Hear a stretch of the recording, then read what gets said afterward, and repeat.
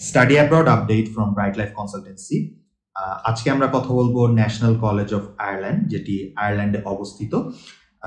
এখানে আপনারা যারা মাস্টার্স অথবা পোস্ট গ্র্যাডের জন্য অ্যাপ্লাই করতে চাচ্ছেন তারা অবশ্যই অ্যাপ্লাই করতে পারবেন। এবং কি কি প্রোগ্রামে অ্যাপ্লাই করতে পারবেন? যারা বিজনেস লাইন থেকে আছেন তারা অ্যাপ্লাই করতে পারবে masters in management, international business, finance, entrepreneurship অথবা হিউম্যান রিসোর্স ম্যানেজমেন্ট। যারা কিনা কম্পিউটার সায়েন্স ব্যাকগ্রাউন্ড থেকে তারা অ্যাপ্লাই করতে পারবে আপনার cyber security, cloud computing, data analytics, artificial intelligence অথবা mix of computer science and business, সেটাতে আপনি অ্যাপ্লাই করতে পারবেন artificial intelligence for business. Entry requirements, আপনাদের ব্যাচেলার্সে যদি 55 থেকে 60% উপরে থাকে তাহলে আপনারা অবশ্যই অ্যাপ্লাই করতে পারবেন।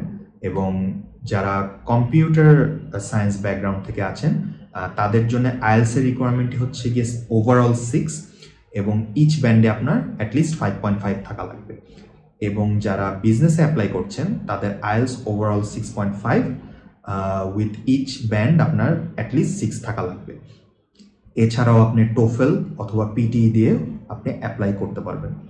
টিউশন ফিজ আপনার around 17,000 euro per year, but there is a good news যে স্কলারশিপস আছে অ্যারাউন্ড 5,000 ইউরোস ফর ওভারঅল সবগুলো কোর্সেসের জন্যেই।